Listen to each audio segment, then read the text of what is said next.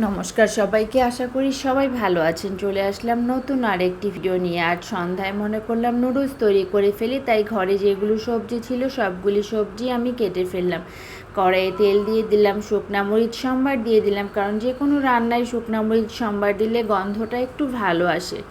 কিছুটা গাজর ছিল, ফুলকপি ছিল আর সিম ছিল। সব সবজি ভালো করে ধুয়ে আমি কেটে নিলাম। আর আলু তো সবসময় ঘরে থাকেই, একটু নিয়ে লবণ দিয়ে হালকা নেড়ে চেড়ে আমি ভেজে নেব।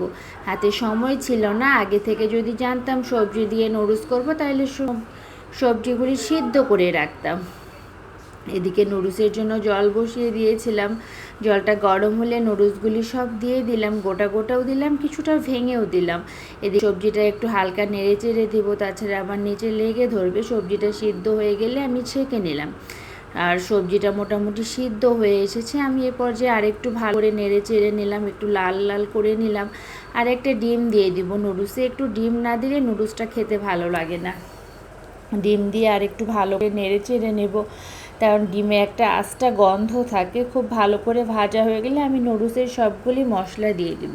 ম্যাগি নুডলসের এমনি একটা টেস্ট আছে, আর মশলাটা দিলে নুডলসটার টেস্ট আরও বেড়ে যায়। সবগুলি মশলা দিয়ে সবজিটা আর একটু সময় নিয়ে ভালো করে আমি ভেজে নিলাম। আর সব নুডলসগুলি এখন আমি একবারে দিব না, আস্তে আস্তে দিব, আর দিয়ে খুব ভালো করে নেড়ে ভেজে নেব। নুডলসটা খাওয়াও স্বাস্থ্যসম্মত, আর বাচ্চাদের এটা তৈরি করে দিলে মোটামুটি 2-3 ঘন্টা বা 2.5 ঘন্টার মতো ছোটো বেবিটাকে কিছু দিতে হয় না। আর এটা খাওয়ার 2-3 ঘন্টা পরে ভাত খেলেও চলে। নুডলস যেহেতু একটা ভারী খাবার।